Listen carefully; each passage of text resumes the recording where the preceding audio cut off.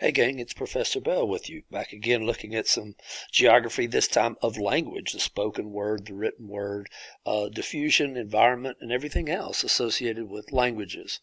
At the beginning of this chapter, your textbook authors have given you a map here of the global culture regions, and these are the major linguistic families. So family is the biggest of the way you might demarcate languages. So they're very diverse within them, obviously, but this is to at least show you patterns across the landscape.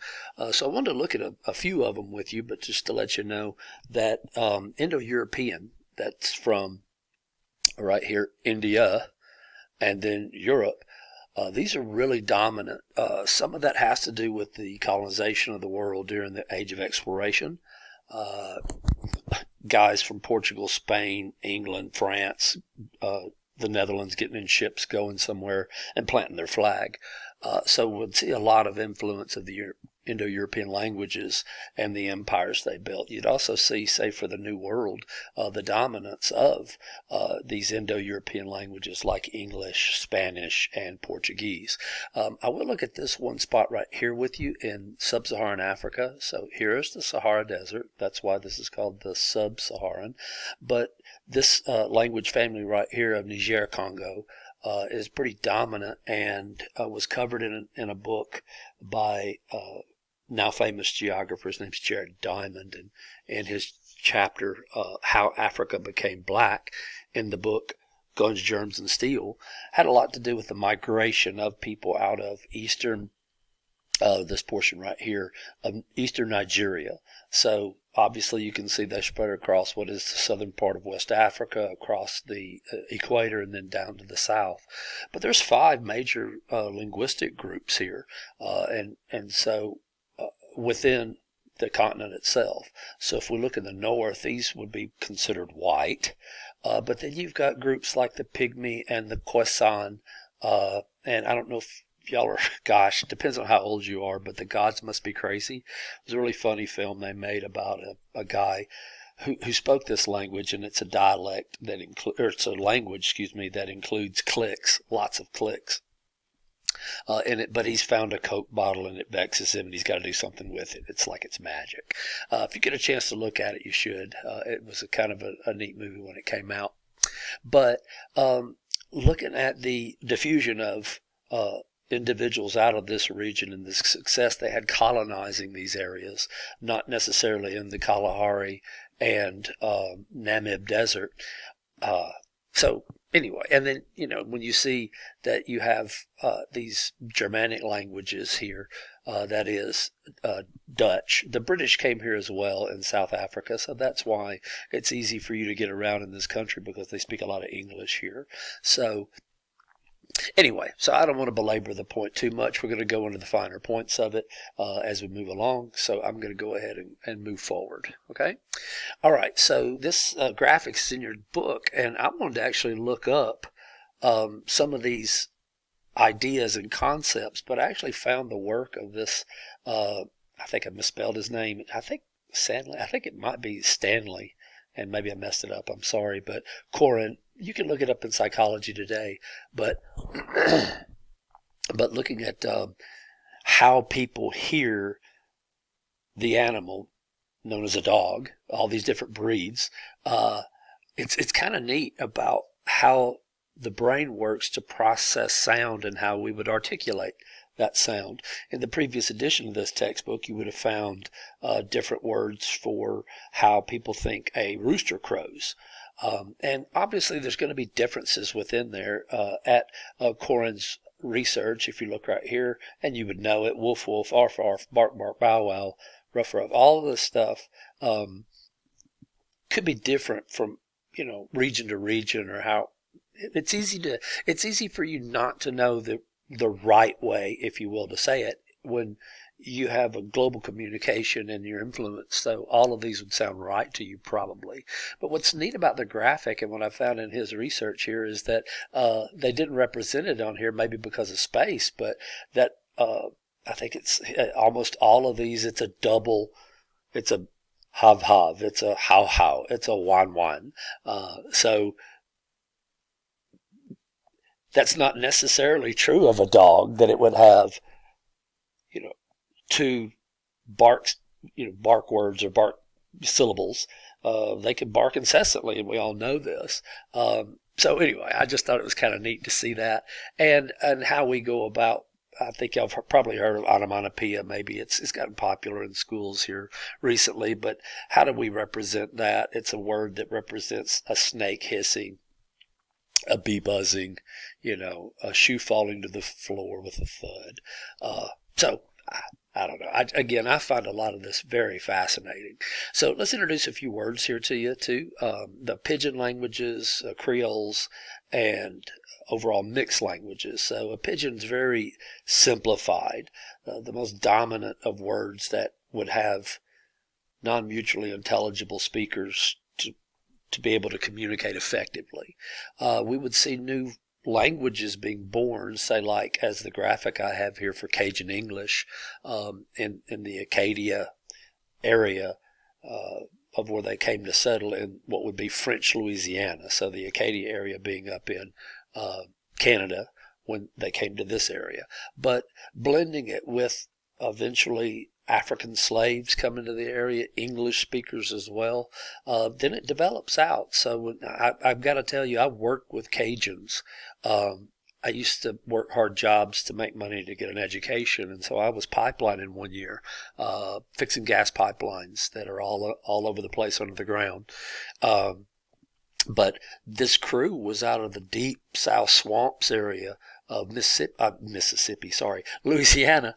But I got to tell you, the voice or the speech pattern sounded like, if you've ever seen the show The Addams Family, there's a really hairy character with a bowler hat, and he's called Cousin It. I know that's way back, but their speech to me, because I didn't understand it, sounded really a lot like it. So look up Cousin It, ITT, and you'll see. Now, I'm not making fun of them. I'm never going to make fun of someone who's smarter than I am, who speaks multiple languages, and that to me is what makes them smarter than me, or that I am. Yet, trying to understand those things. One of the guys I work with, his name was Russell Douillon. His daughter was taking French, and while major words still were the same, these were not mutually intelligible languages to individual speakers. So this creolized language becomes a real language. And then we start to see these portmanteaus start to come about, like Spanglish being a portmanteau, being Spanish and English put together. I married out of my race. I married a Gujarati Indian, and she doesn't speak the language, but her older brother did. And it was fun listening to him and other Indian friends that I had talk on the telephone, because they were bilingual at least, speaking English and Gujarati. And to listen to the phone conversation, I could pretty much work it out. I knew a little bit of Gujarati, just some major words and expressions and things like that. But they would pepper their language with both words from both languages. And I got this too. I asked my German professor when I was taking the German language when I was in university, but I asked, well, why would you speak in this manner? Why would you, as she called it, Germanish? Why would you speak that? And she says, well, it's whatever the word that comes to mind first, because you're speaking with someone that carries understanding of both those languages too. So whatever pops into your mind, and this has been confirmed multiple times to me. So using these words interchangeably to someone who's bilingual or even multilingual is another way of mixing languages. I don't know that they would ever come to be called actual languages, but that's my experience. All right, so let's look at this Indo-European language tree. So you got a Proto-Indo-European language that includes, from Aryan, Greco-Armenian. You get out here into the Greek and Indic languages. So, for instance, Urdu here. This is the language of Pakistan. There's Gujarati that I just mentioned. Hindi is a very dominant language. It's the most dominant Indian language in India, with about 30% of the people speaking this. As you work your way around the tree, you'd see the Celtic and Romance languages out here. And the French and Spanish and Catalan and Portuguese. And then you get out here on the Anatolian string, and we'll look at the Indo-European migration hypothesis here in a moment. But if we keep moving our way around, look over here, Slovak, Polish, Czech languages in Central Europe, and then when you get out into these regions of the Slavic, the Russian, the Ukrainian, the Belarusian, White Russian, and then finally the Germanic branches, which is where we are. So here's English, but German and Dutch is right out here with Flemish in Belgium. So it's neat to see kind of how the tree works and how it's connected. And so if you want the easiest language to learn as an English speaker, native English speaker, it'd probably be German as a dominant one. They share many of the same features and words. The only difference really is English speakers tend to adopt words from other languages. Our language is loaded up with Arabic terms and other terms that we've borrowed or just incorporated through time. German speakers tend to take existing words and pile them up together, and this is why they have some very long words in the language. Why did I take the time to put Sprachbund and Ursprache here? Well, it's because of the German influence of the sciences. So I'm going to show this to you. I showed it to you in chapter 1. We looked at some of the, or maybe the introductory lecture, but we looked at Alexander von Humboldt, Karl Ritter. These were the foundational regional geographers. Kant was a philosopher, and these other guys. So I wanted to include this so that you understood what influence the Germans had. Now, just real quick on these, the polyglot, where the poly means many and glot is a reference to the epiglottis in your throat. But this is people who are multilingual, and so most Americans aren't, and that's because we didn't have to share space with other different ethnic groups. We killed off or drove away all the Indians. And so there is coverage in your textbook about English-only laws. We do not have an official language for the United States. I'll just let you know.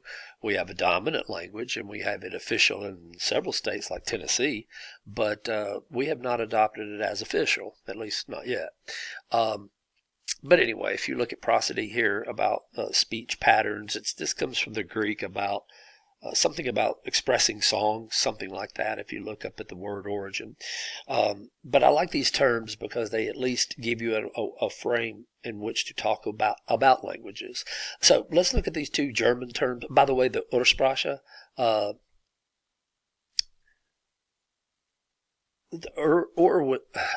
was the UR, if you'll look it up, was a city town in Babylon, old Babylon, and referring to essentially the very beginning of human cultures, of higher culture. So this is an origin point, the UR part of it, and why it's used. If we look at these geographers, though, Humboldt, Ritter, these were the two major influencers of the regional geography that we talk about today. Ferdinand von Richthofen here, this guy came up with a term called the Silk Road, talking about how the Asians, Chinese, and others mixed with the Romans. So the Han Chinese 2,000 years ago traded and interacted with the Romans, but he said that the path that they traveled over was a Silk Road, so he coins the term. If we look at this guy right here, Martin von Waldseemüller, I'll show you his map in a little bit, but defining how the world works. So literally making a map that changes the entire way we see the world. Vladimir Kirpin, you see here, was a climatologist. Missing from this group, though, from where I found these images, was this guy right here, though, and this is Alfred Wegener. And he gave us the idea of Pangea and moved us away from a short earth, a biblical creation, and the like, and made us look at how the earth is always on the move and changing. So his Pangea of all earth, all land, became a new way for us to see the world. And so we're going to see the world linguistically differently in these subsequent lectures. So I'm just going to have to come back for part 2 to start that, okay? See you in a second. Bye.